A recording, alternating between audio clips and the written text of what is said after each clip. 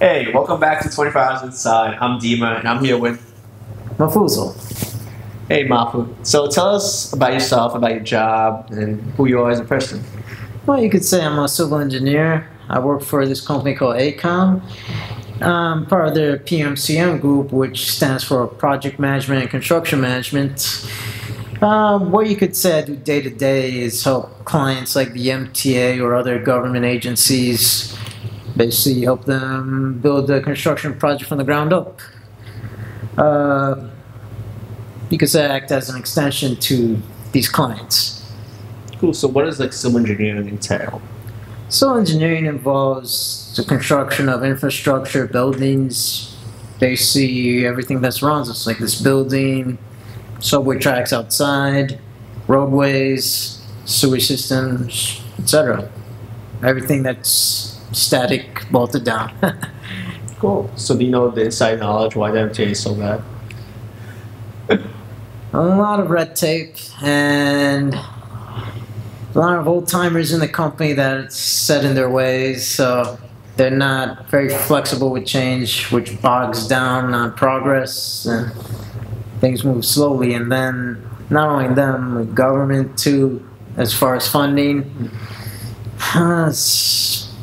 Lack of funding is one of the main reasons why maintenance is piss poor and all that. So can you go a little more into your job details? Like, I know you said briefly was your day to day, but like, what qualifications do you need? Like, what skills do you need? Is it something you can learn on the job? Is it something you need a degree for? Let's see. On paper, as far as qualifications, you need a degree in civil engineering or construction management. That would get you an entry-level job in this industry. And as far as being competent enough to perform the job, you should have good verbal skills, be comfortable talking to contractors, etc. Having no filter helps, and being able to have thick skin, since it's not cursing and bad talking in the industry. You know, meetings get intense sometimes, and yeah, be sure that you gotta be an early riser too, since in construction, your schedule usually starts at 7 a.m. So you gotta get used to working in the early a.m. And projects like the MTA, as you can imagine, they do their construction during the nighttime since they don't interfere with the rush hours. So you gotta be flexible with working like sometimes 9 p.m. to 5 a.m. too. So it's 9 to 5, but a reverse 9 to 5. Yeah. So I'm guessing a lot of OT necessary. In the construction industry, there's a lot of OT. So a lot of people get paid time and a half, and I've been fortunate. This is me being a special case, that I've been sticking to 40-hour work weeks because of the particular project I'm on. But Yeah. that's not the norm. The norm is usually, a lot of OT, a lot of crazy hours here and there. Sometimes you work weekends too. Yeah. Yeah. So I guess with all that OT and hours, is the job supporting you financially, or do you need to do something else too?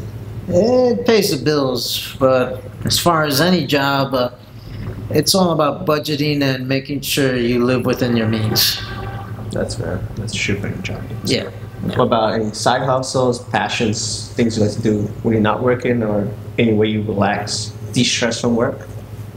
De-stress from work on a work day, what I like to do is after I have my dinner, just surf the web for like an hour or two, then I work out, usually calisthenics, burpees, push-ups, etc. And then I'll just like brush my teeth, wash my face, go to sleep. Boring stuff.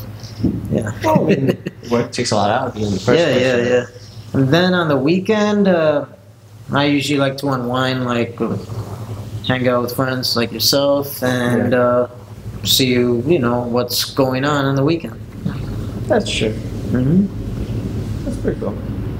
What about any side hobbies? Like, do you like photography, for instance, or do you play a special sport, or?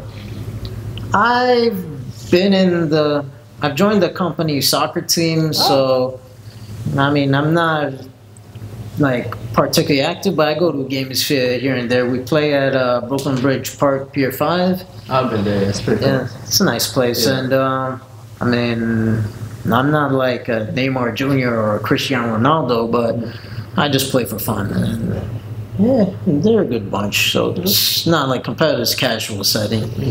And other hobbies, I have a PlayStation 4. I play that sometimes too. Any games you want to recommend?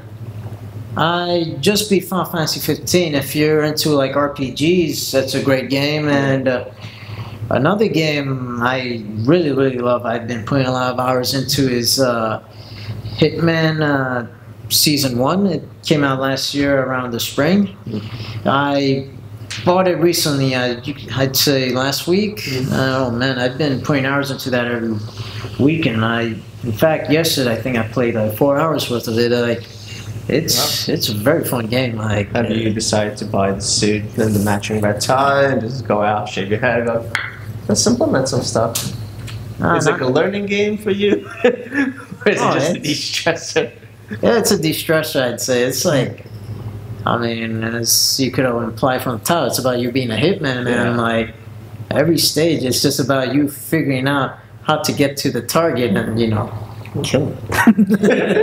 Yeah. I like that. Actually, the movie's pretty good too. I like that. The movie's nice, yeah. I like the movie, yeah. But yeah, I mean, they have so many choices on killing the person. It's like amazing. Like, it's an art. It is. Every job's an art, and that's just his job. Yeah, in fact, like there's a character in the game that says like, the guy speaking of the main character. It's like the guy like defines the art, and the art defines him. And I was like, yeah, he's right. Like every stage, the way you have to figure out how to kill the guy, it's almost like artwork. Yeah, but what you do is also like artwork. I mean, yeah, that's true. Yeah, this is your form of art in a way. Yeah. So like, what? I mean, I guess leading back to job. Yeah. What? Let me see how am I gonna word this. You work with clients, right? And what's your other category? You said you work with like an MTA, but how's the whole process work? Let's say if you have a job, what's the steps they take to reach out to you? Do you reach out to anyone else? Or like, what's the whole process work? So how it starts is the client solicits bids from construction managers. In this case, my group or whatever gets bids to see who offers the best offer in terms of managing a construction project. After they choose someone, then we get the design engineer involved. You could say it's a triangle, so the client, construction manager, and then the design engineer. After they get the construction manager, we work with the client to secure like a design engineer based on the bids we get. They come up with a set of contract drawings and specs to help build the project. After we get that, we get a general contractor involved that gives us the best offer in building whatever construction project they're looking into. So you guys are basically the middleman of the group. Yeah, that's the best way to put it. Cool. What are, I guess, some turn-ons, turn-offs of the job for you? Turn-ons that I like is every day is varied. It's not like you're doing the same thing every day.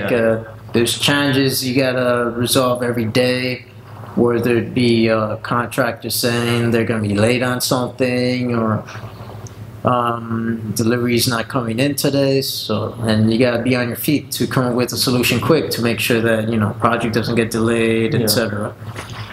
Turn-offs, I'd say, is it's a lot of old people in the industry. So as a young person in the industry, you could feel isolated at times since there's a disconnect between, say, being someone in your 20s compared to someone in your 50s. And, wow, that's quite a huge difference. Yeah, I mean, as far as like working with your dad, kind of. Yeah, exactly. I mean, some of them talk about their kids, and I'm like, their kids are my age.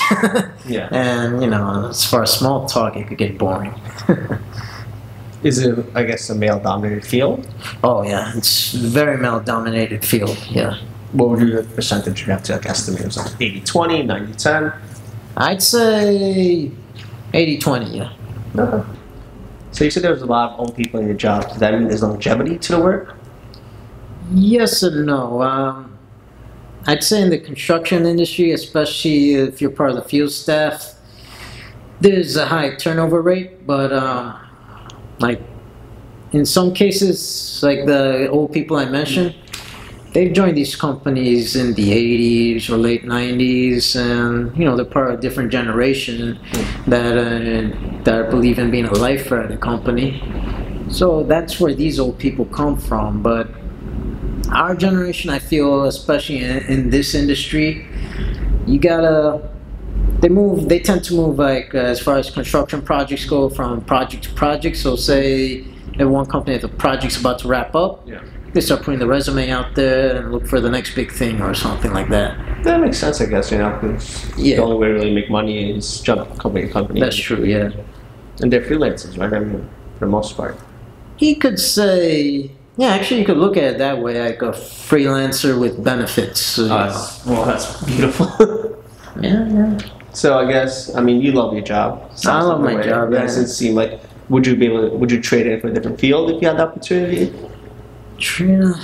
Like if, let's say you went back to college, before you went to college, would you be a different career path you would have taken with your knowledge now? With my knowledge now, if I took a different career path, any other field that would have interested me would have been maybe, finance maybe, like, just so I could say I worked in one of those, like, big three or whatever. I don't know, Goldman Sachs. That's more accountancy based. Yeah, I don't know much, but to be honest, I really love what I do, and honestly, I wouldn't trade it for the world. Yeah. That's actually really awesome. Yeah, because that's what I've been doing this whole thing. I'm basically trying to find people who love their jobs and the personality behind the job. A lot of people come here, they're not really happy with the job. They're trying to see what else is out there. And you're basically like, you know what? Even if I could trade in, I probably wouldn't because you love it. Yeah, I love what I do. The company I work with right now, I think we're in a very good position right now to even grow bigger. That's awesome. As far as money-wise and project-wise, a lot of big projects coming up. I think the opportunity is there for me, and I want to see how things go in the next few years for me. Yeah. So, earlier I was mentioning about all these old people and something like that. The way I built a rapport with my supervisors. I think I might end up being like them and stay in this company for a while. That's actually awesome. So speaking of that, I guess, do you have any words of wisdom for people who want to get into your career field? Words of wisdom, if you want to get into construction management, obviously the best thing to do is get a degree in the respective fields of engineering or construction management. If not, know someone high up in these companies. Best way is, if not a construction management company, is to join a general contractor. These guys are more lax in who they hire. They're just looking for warm bodies to help with paperwork or managing construction. Have a go-to attitude and know how to talk to people.